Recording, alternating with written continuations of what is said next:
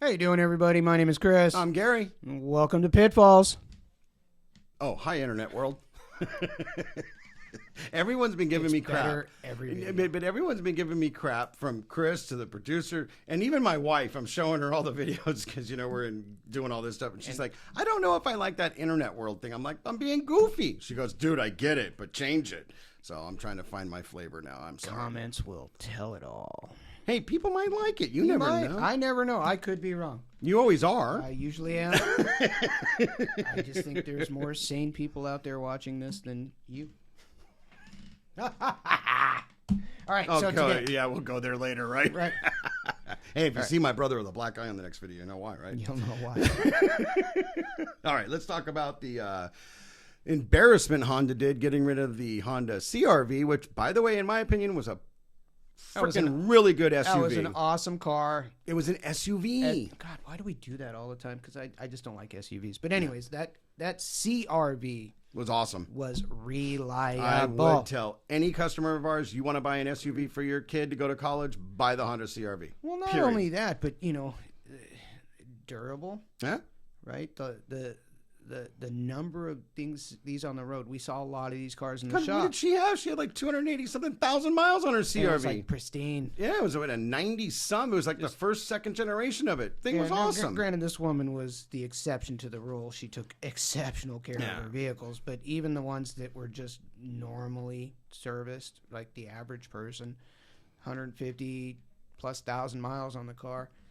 And they were in good shape. Yeah, they really were. And they loved them, too. Some were worse than others, but on average, for that type of mileage, you would expect to find, suspension issues or things like that. And the CRVs were really durable. Yeah. So now we're going to talk about the pitfall of the HRV. One of the best-selling cars on the road, and they discontinue it. Now we call it an HRV.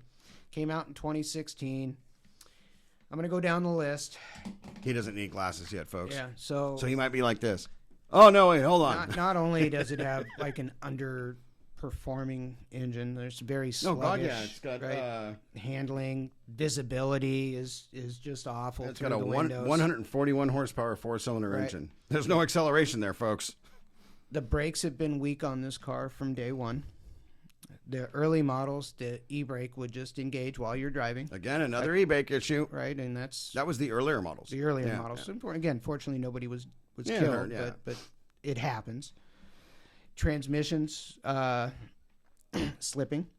Would they have to replace them? No, just slipping in between gears.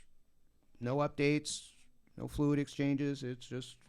That was the tranny. That was common with those transmissions, but just like the Odyssey from what was it, 04 just to a weird 06. shift. Yeah, right. And shift solenoid number 2, folks. That's what the problem was, probably. While it was under warranty, it was good enough. You might have noticed it slightly, but it was when it was out of warranty and it got progressively worse. So that's why there was no warranties. Okay. Because they didn't have issues in the early years. Another pitfall. But the 16, 17 models, out of the gate, bad shocks. You're talking a shock's going to blow in less than 20 or 30,000 miles. Seriously? Yeah.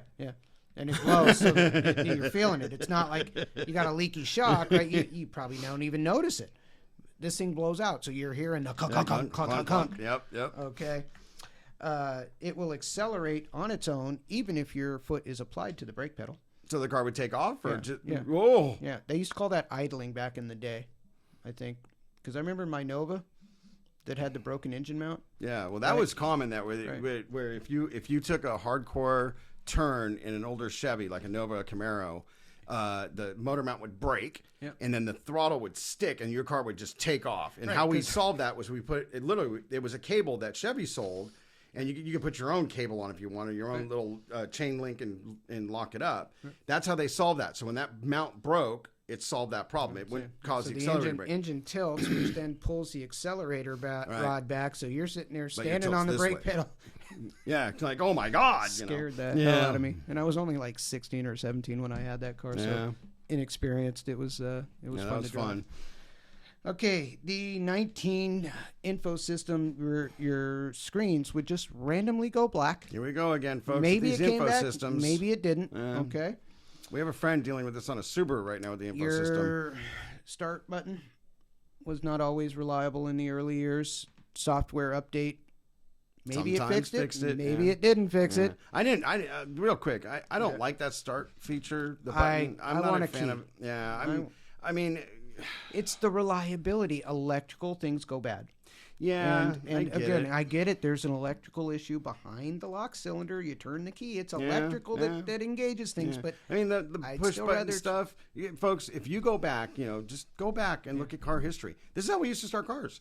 We used to push button them. Push button transmissions. Yeah, back in the day, and now they've brought that back. My brother-in-law bought this beautiful Dodge Diesel. Oh my God, this thing is gorgeous. Yeah. And he shifts with a dial. I know. It's weird. And I'm waiting for the day when you got the phone call that the dial doesn't come up when you start the car. Yeah. So back to the HRV. All the technology. Okay, so from day one, the paint's been bad. So would they follow Dodge Neon? Exactly. You're going to get chippy. Clear coat's going to fade in years. Right. Just an awful look. This is the fun one. The sunroof may just explode. What? You're not even driving. You're not even going over a bump. You're just sitting in your car with the stereo on, and you're not even thumping, right? You got smooth jazz on, and all of a sudden, boom! Honey, we have a problem. You know how much it costs to fix a sunroof? Yeah, it's not Any cheap. sunroof repair is not easy to do. We avoided them. Right. We avoided sunroof repair. We just didn't do it. And this is the real scary one. The last one here is the airbags may or may not deploy. Yeah. There was inconsistency. And this is in the later models or in that whole from airbag? 16 to date. Really? Even with the recalls, with all the airbag problems that we had? We're still having some of these issues. Wow, So that's when you're awful. talking about the price point, reliability, fun of driving, just every reason you would buy a car, this is at the bottom. Yeah, this is. You need to shop around and just this skip is what over this is what I was just gonna say again with the glasses because I'm not like my brother. You're better off looking at the Mazda, the Kia, the Hyundai in that kind of car SUV comparison. If you want that mini subcar. I'll tell you what, folks. I know we're a broken record with this. Some car lines, and we said this in earlier episodes, you want to wait 3 to 5 years to buy a new car line when it comes out from a manufacturer because they want to get all the the lemon bugs law. out. Yeah, just get all the bugs out of it.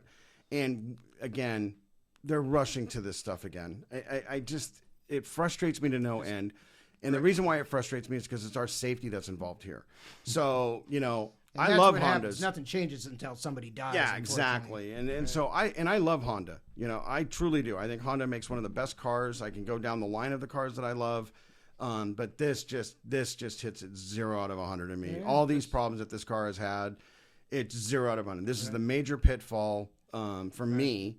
We've been doing this pitfall show to just give you some insight, our opinions on particular car lines, right? Trying to get it into the newer car so you have some insight on what a newer car is, because obviously you're going to research before you buy. Yeah, and it just this is a car to run from. Yeah, this whole thing just sounds like a bloody freaking bad horror flick, man. This will be the one. This will be the one Honda that doesn't hold resale. Yeah, I don't think so either. So, hey, folks, thanks for joining us and subscribe. We love it.